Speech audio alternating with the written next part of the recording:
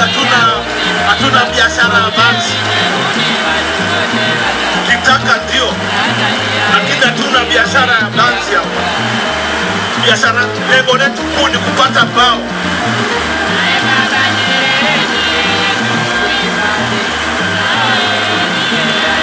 Kwa hiyo kwa ufanisi, lakini upandaji wa wakulima wadogo, kuboresha kiwango cha ubora cha malighafi ni vitu vya msingi sana. Karibu kutoka TFS. Nadhani yaliyosemwa hapa yanakuhusu sana. Asante sana. Habari za mchana jamani. Kwa majina ni John Celestino Romi, ni mwakilishi kutoka Wakala wa Huduma za Misitu Tanzania, makao makuu Dar es Salaam, na mwakilisha mtendaji mkuu. Kwanza kabisa nitoe shukrani kwa wadau wote ambao tumeshiriki katika hii semina, lakini vile vile niwashukuru wenzetu wa FDT. Kwa kweli wamefanya jambo kubwa sana la kutunganisha kwa maana kama wadau, lakini vile vile nitoe shukrani kwa maandalizi, lakini vile vile FDT kwa kututangulizia mada yenu. Kwa kweli ilikuwa kama kichocheo kizuri ambayo imetuweka sisi wadau, kwa maana wale wadau wanaosambaza vifaa vya kuchakatia, lakini wale wadau ambao tunaovitumia umetufunua kwa kiasi fulani kujua kwamba sasa ni namna gani tunatumia hizi mashine kwa maana ya ufanisi, yani recovery rate, kwa zile mashine ambazo tulianza nazo huko nyuma, lakini vile vile hizi mashine ambazo tumekuwa tukizipokea kwa maana ya new technology katika matumizi katika kuchakata rasilimali za misitu. Lakini vile vile labda kwa kiasi kikubwa kwa maana ya Wakala wa Huduma za Misitu Tanzania, ambao tumepewa jukumu kubwa la kusimamia rasilimali za misitu. Niseme tu kwa mwenzangu aliyetangulia kuongea hapa, ameweka wazi lengo kuu la serikali ni nini, nikiwa namaanisha kwamba lengo kuu la serikali ni kuhakikisha kwamba rasilimali ya misitu inatumika katika njia endelevu, kwa maana sisi tuliopo sasa hivi tuitumie, lakini vile vile kwa kuangalia, kwa kuzingatia kwamba na kizazi kijacho kitahitaji kutumia rasilimali hii. Kwa hiyo tunapoongelea ufanisi, tunaongelea ni namna gani sasa tutatumia rasilimali hii, kwa maana TFS ambao tumepewa jukumu la kusimamia sera na sheria ya misitu.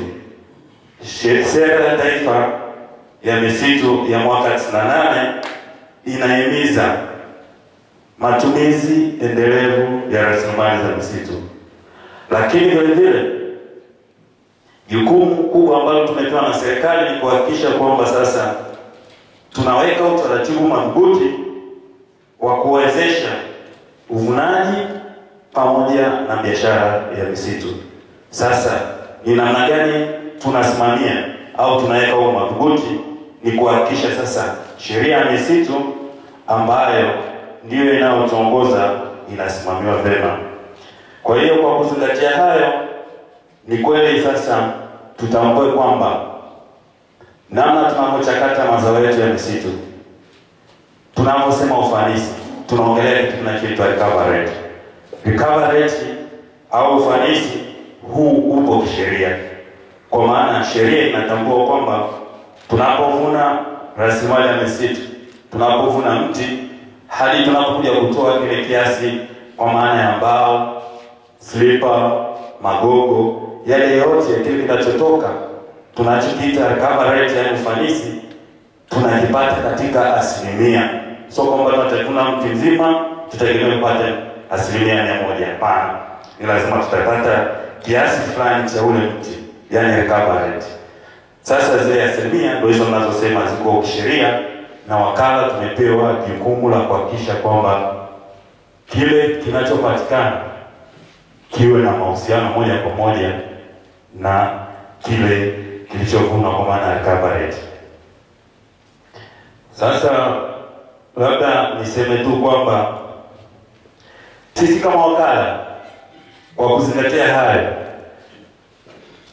tumeshukuru na tumefarijika sana kwa maana ya kuona kwamba tayari teknolojia inazidi kukua.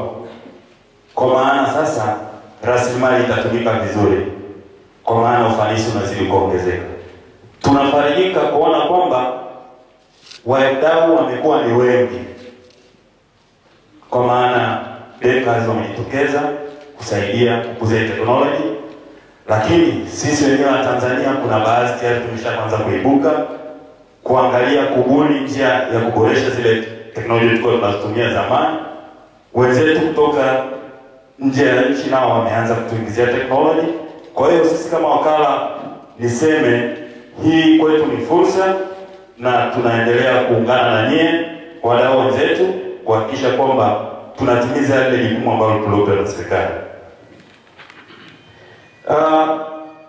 Katika mada ambazo alitangulia kutoa mwenzetu wa FDT, kuna takwimu ambazo alizitoa pale, kwa maanisha ule ulinganisho wa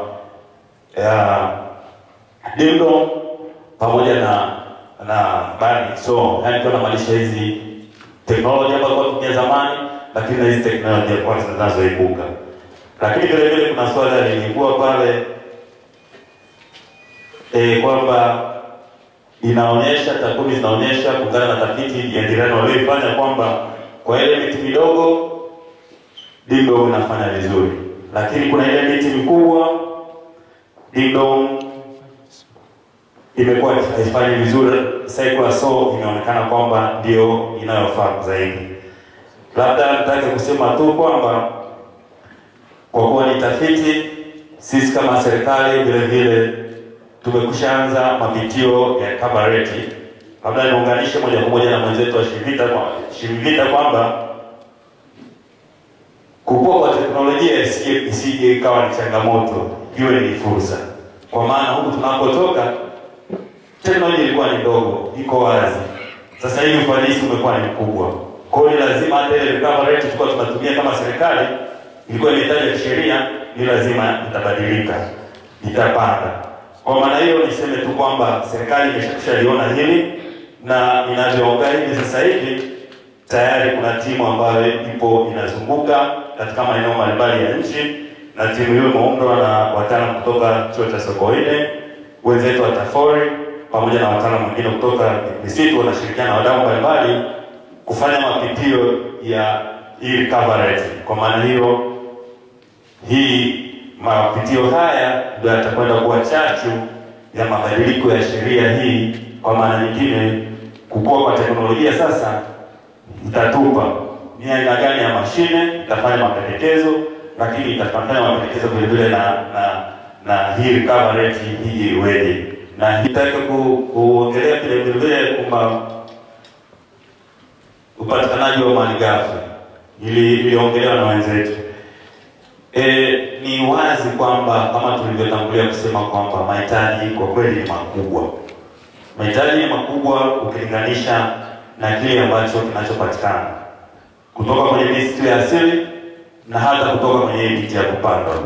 Lakini jitihada bado za serikali kuendelea kuhimiza wadau, ikiwa inamaanisha kwamba watu binafsi kuongeza kiwango cha upandaji miti, lakini vile vile makampuni kuhimiza makampuni au kuweka mazingira mazuri kwa zile kampuni au ni wapandaji wa kati. Lakini vile vile kama serikali kupitia wakala wa huduma za misitu tumeshaliona hili, tumeongeza mashamba, ile tumeongeza kile kiwango cha upandaji, kwa maana idadi ya miti tunayopanda na maeneo yameongezeka kwa kiasi kikubwa. Na hii yote ni kuhakikisha kwamba upatikanaji wa hii rasilimali kwa takwimu za mwenzangu walizosema tunakuja kufikia sasa, tunakuwepo na kiwango cha kutosha cha hizi rasilimali kwa ajili ya matumizi ya ndani, lakini kibiashara vile vile.